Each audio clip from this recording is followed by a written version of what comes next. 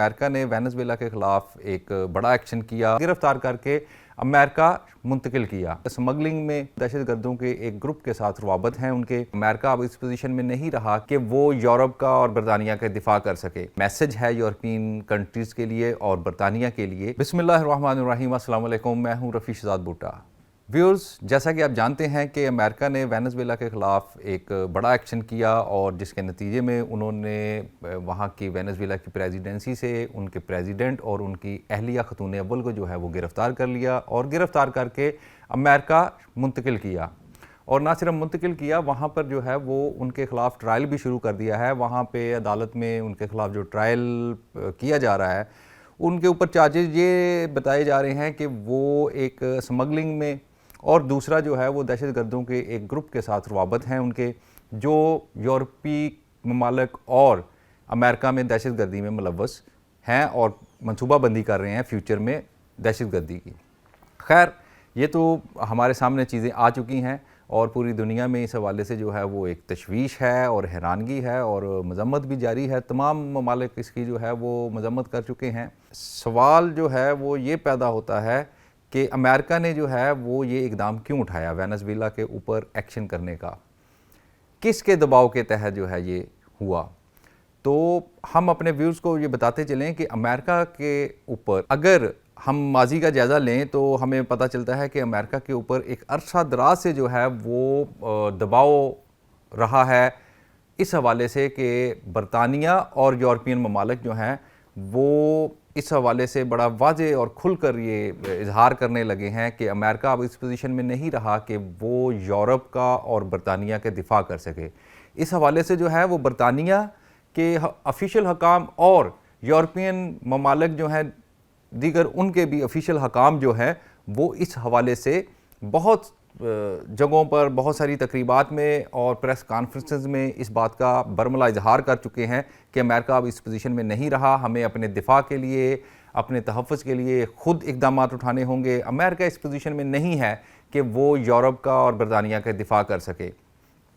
ये एक सूरत हाल थी जिसका एक दबाव चला आ रहा था अमेरिका के ऊपर। इस दबाव को कम करने के लिए जो है वो अमेरिका ने जो है वो वेनेजुएला के ऊपर एक्शन किया और वहाँ के प्रेसिडेंट को गिरफ़्तार किया, उनकी अहलिया को गिरफ़्तार किया। सिर्फ यही मकसद नहीं था कि अमेरिका जो है वो यूरोप का प्रेशर जो है और बरतानिया का जो दबाव है उसको वो कम करे इस एक्शन के ज़रिए। इसका और भी मकासद जो हैं वो अमेरिका के जहन में थे, मद्देनज़र थे। सबसे बढ़कर तो ये है कि वहाँ पे वेनेजुएला जो है वो पूरी दुनिया में सबसे बड़ा ऐसा मुल्क है जो तेल के ज़खायर जो हैं वो सबसे ज़्यादा उसके पास हैं, सबसे ज़्यादा तेल के ज़खायर कम मालिक है। फिर इसके अलावा जो है वो सिर्फ तेल के ज़खायर का मालिक नहीं है, इसके अलावा जो है वो सोने के जो ज़खायर हैं और गैस के जो ज़खायर हैं उनका भी वो अच्छा खासा ज़ख़ीरा रखता है। और अगर हम आलमी रैंकिंग में देखें तो गैस के हवाले से 9वें नंबर पर और जबकि गोल्ड के हवाले से, सोने के हवाले से जो है वेनेजुएला जो है वो 5वें नंबर पर दुनिया का बड़ा ऐसा मुल्क है जो बड़े ज़खायर रखता है सोने के। तो अमेरिका ने जो है वो अपने इस तासर को ख़त्म करने के लिए कि अमेरिका ऐसी पोजीशन में हरगिज़ नहीं है कि वो दफ़ा नहीं कर सकता यूरोपियन कंट्रीज़ का और बरतानिया का, उसने जो है वो ये एक्शन किया और साथ साथ जो है वो तेल के ज़खायर पे और सोने के ज़खायर पे और गैस के ज़खायर पे जो है वो कब्ज़ा किया। और ज़ाहिर बात है ये एक बड़ा मैसेज है यूरोपियन कंट्रीज़ के लिए और बरतानिया के लिए और ख़ुसूसन चाइना के लिए, जो कि सोने के ज़खायर के हवाले से जो है वो बहुत ज़ुबान ज़दे आम ये बात है कि चाइना जो है वो सोने के बहुत बड़े ज़खायर रखता है। अब उस के मुकाबले पे जो है अमेरिका ने चाइना को सोने के ज़खायर के हवाले से कम्पीट करने के लिए और ये जो दबाव था बरतानिया का और दीगर यूरोपीय ममालिक का, उसका तासर जो है वो ज़ाइल करने के लिए जो है ये एक्शन किया है। इस तरह उसके हाथ जो है वो सोने के ज़खायर भी आ गए, तेल का ज़ख़ीरा भी आ गया। तेल के ज़ख़ीरा इसलिए ज़रूरी था, अमेरिका के अपने पास भी तेल के ज़खायर बहुत बड़े हैं कि 200-300 साल तक जो है वो अमेरिका सर्वाइव कर सकता है अपने तेल के ज़खायर पे, लेकिन उसके बावजूद उसने जो है वेनेजुएला के ऊपर हमला करके जो है आजकल अगर आप देखें तो सदर ट्रंप जो हैं उनकी स्टेटमेंट्स बड़ी वाज़ेह तौर पर सामने आ रही हैं कि वो तेल के सिस्टम को उनकी अपनी कंपनीज़ जो हैं वो देखेंगी। तेल का ज़ख़ीरा इसलिए ज़रूरी था इसके ऊपर कब्ज़ा करना कि तेल के ज़ाहिर बात है, जैसे कि हम अपने पिछले व्लॉग में बता चुके हैं कि तीसरी आलमी जंग के हवाले से जो है वो मुख्तलिफ ममालिक ने तैयारियाँ शुरू कर दी हैं, ख़ुसूसन यूरोप और बरतानिया ने, और उनके ऑफिशियल हकाम जो हैं वो मुख्तलिफ मौक़ों पे जो है वो प्रेस कॉन्फ्रेंस के अंदर जो है इस बात का इजहार भी कर चुके हैं कि वो तैयारी कर रहे हैं और दफ़ाई बजट भी उन्होंने अनाउंस कर रखा है। बरतानिया ने भी कर दिया है और दीगर यूरोपियन कंट्रीज़ में से बाज़ ममालिक जो हैं उन्होंने भी कर दिया है। ख़ुद 2-3 दिन रोज़ कबल जो है वो अमेरिका ने भी दफ़ाई बजट जो है वो अनाउंस किया है आलमी तीसरी जंग के हवाले से। और ये जो आलमी जंग है इसकी ज़ाहिरी बात है इसके अंदर जो है वो वसाइल की ज़रूरत है, और वसाइल जो है उसके लिए अब फ़ाइटर जो तैयारे होंगे वो ज़ाहिरी बात है उनको तेल चाहिए होगा, और ये अमेरिका ने जो है वो एक तासर दिया है इस बात के हवाले से जो है यूरोपियन कंट्री ख़ुसूसन बरतानिया को जो कह रहा है कि वो बिल्कुल इस पोजीशन में नहीं है अमेरिका के हमारा और यूरोपियन ममालिक का दिफा कर सके। तो अमेरिका ने जो है वो बाकायदा तौर पे ये मैसेज दिया है, ये कार्रवाई करके, ये एक्शन करके वेनेज़ुएला के ख़िलाफ़ और उसके सदर को और ख़तून अव्वल को गिरफ़्तार करके कि ऐसी बात नहीं है। अब मेरे पास जो है वो सोने के ज़खायर भी हैं, गैस के ज़खायर भी हैं और तेल के ज़खायर भी हैं।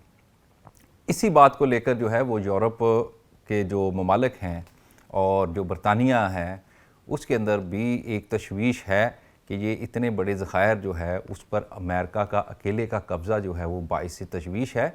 और इस हवाले से जो है वो बातें अब खुलकर आना शुरू हो गई हैं। आज ही जो है वो अतालवी वज़ीर आज़म जो हैं उन्होंने ख़ातून वज़ीर आज़म उन्होंने जो है वो एक स्टेटमेंट दी है और उन्होंने कहा है कि ये अमेरिका जो है वो ग्रीनलैंड के हवाले से भी प्लानिंग कर रहा है और ग्रीनलैंड के भी जो ज़खायर हैं उनके ऊपर वो कब्ज़ा करने की कोशिश कर रहा है, जबकि ऐसा जो है वो बाइस तशवीश है।